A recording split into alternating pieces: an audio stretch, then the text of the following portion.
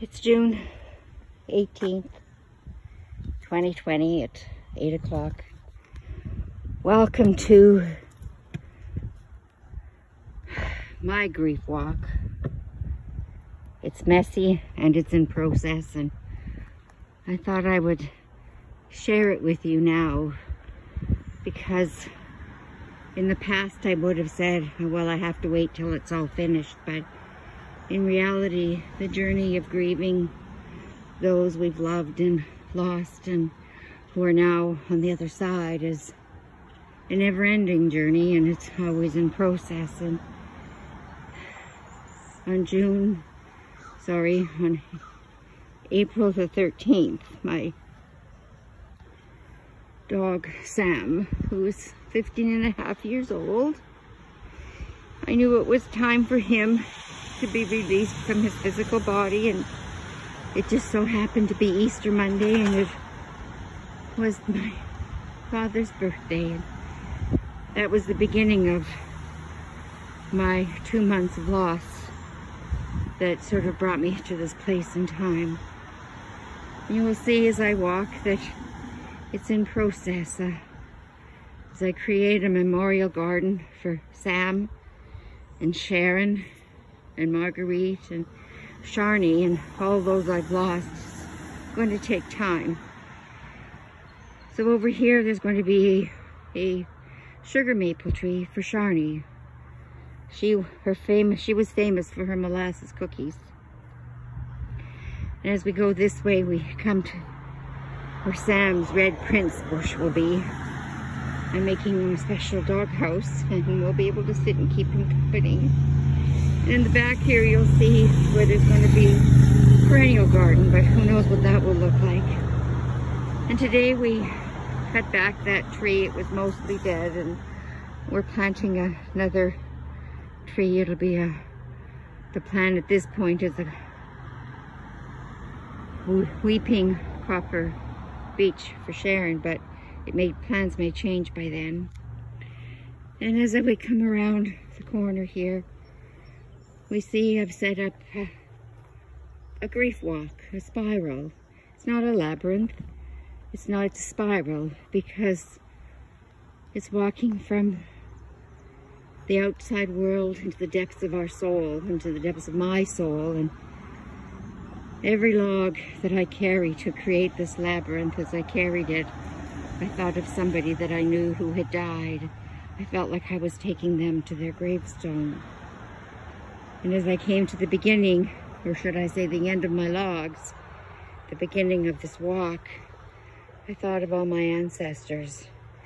And there in that little stake you see, that will be where Marguerite. This tree will be a white lilac. She was a friend of mine for over 40 years, and she was someone whose life was never easy.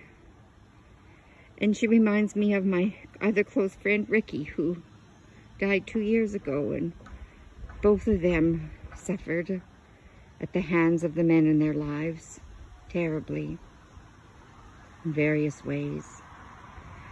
Now I'm just going to walk slowly from the outer world past the ancestors.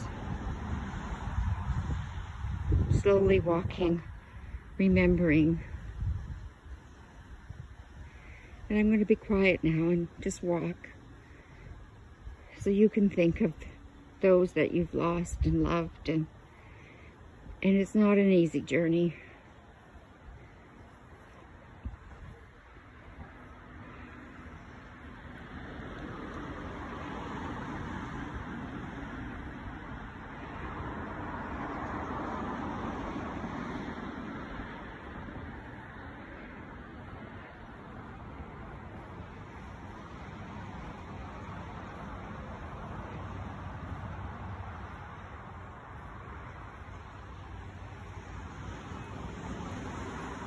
Marguerite and Sharni died on the same day. It wasn't bad enough I lost one friend that day, but I lost two really close friends.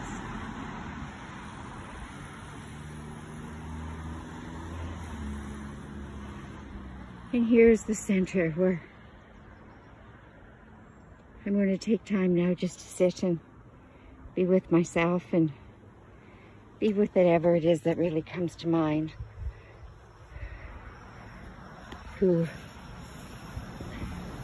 I wish I had time to do one more conversation with, that I wished I'd known sooner that they had been sick and they were dying, and so many things that I wished I had said but I didn't say, and I've come to know that even though they may not be sitting here in person, that their soul spirit is still connected with mine, and the love that I have in my heart for them, and the loving thoughts that I have as I think of the memories will be felt by them, and that gives me some solace. But it's not an easy journey. It's not easy, and we live in a world that, and I'm the same, I wished it was easy, but it's not easy. But it's very much worthwhile to take that journey inside and sit with those in silence that we have lost.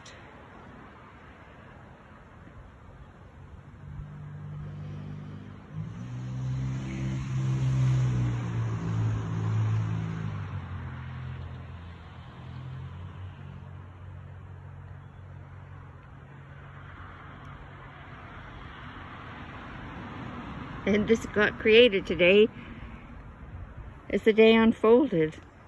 I didn't know that these logs were going to be placed here today. I didn't know what this was going to look like. But I know that this is a place that I will visit often, for those I've loved and lost, and for those who are far away that I need to talk to who aren't here because they live across the continent and I can't travel anymore. And it's a spiral. It's not a labyrinth. It's a spiral, because now I'm heading back and leaving the depths of my inner world, the depths of the quiet and the inner stillness and silence, as I walk back slowly, back to the outer world, to the reality of the world that we live in, with COVID, with all the challenges that we all face, and all the historical things that have happened, and all the losses, and all the terror that still happens in our world. And as I leave this sacred space, this sacred spiral,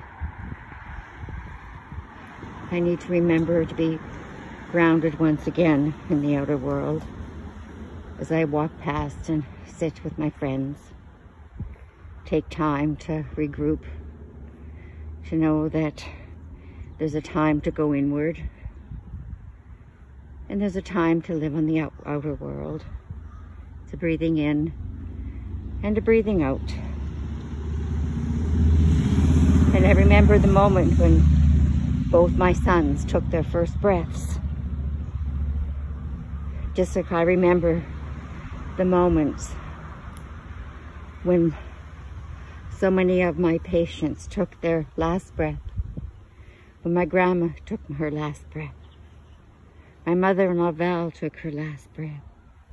Some people, I was there when they took their last breath, but others that wasn't meant to be.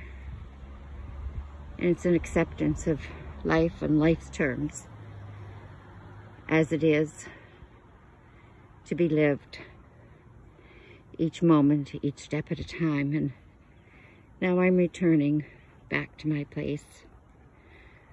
My grief walk is ongoing and never ending, and it's never finished, and it's never easy, and it's never not messy. So don't let anyone ever tell you that it is. Blessings to each of you who watch this. Blessings on the grief work that you do, and I wish that you allow the tears and the sadness that are in your soul to come to the surface, to be felt and washed away. God bless.